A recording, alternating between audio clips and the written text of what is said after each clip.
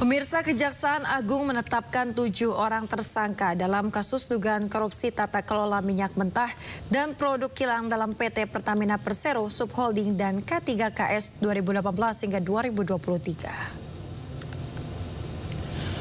Penetapan tersangka dilakukan setelah penyelidik Jampitsus memeriksa setidaknya 96 saksi dan meminta keterangan 2 saksi ahli dalam perkara tersebut.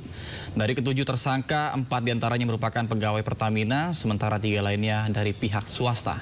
Para tersangka akan ditahan selama 20 hari. Akibat tindak pidana korupsi ini, kerugian negara ditaksir mencapai 193,7 triliun rupiah. Dari hasil penggeledahan, penyelidik juga menemukan 5 dus dokumen, barang bukti elektronik berupa 15 unit handphone, 1 unit laptop, dan 4 soft file. Barang bukti kini tengah dibawa ke Kejaksaan Agung dan akan dilakukan tindakan lanjutan.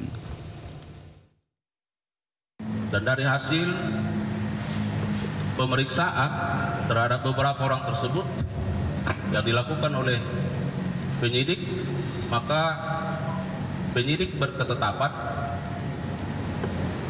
menetapkan 7 orang saksi menjadi tersangka. Dan penyidik juga pada jajaran Jampitsus berketetapan melakukan penahanan. Berdasarkan alat bukti tersebut, tim penyidik pada malam hari ini menetapkan 7 orang sebagai tersangka. Antara lain 1. RS, yang bersangkutan adalah Direktur Utama PT Pertamina Patra Niaga. Yang kedua, SDS,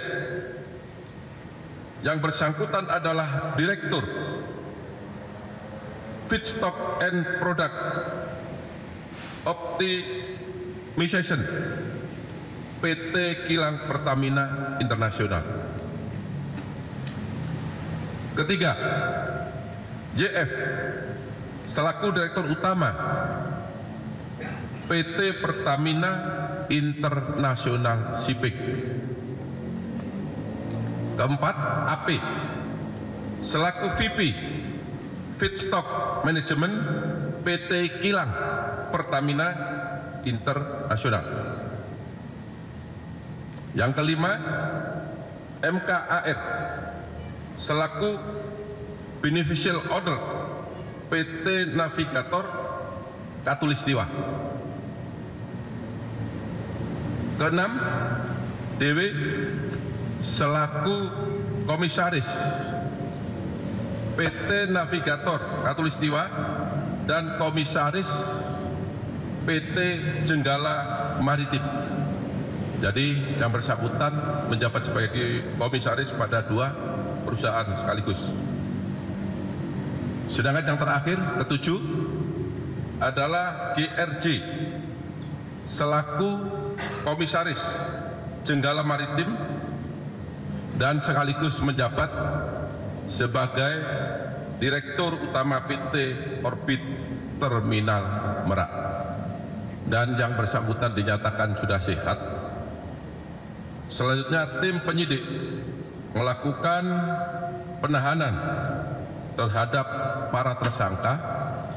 Adanya beberapa perbuatan melawan hukum tersebut telah mengakibatkan adanya kerugian keuangan negara sekitar 197 triliun yang bersumber dari berbagai komponen.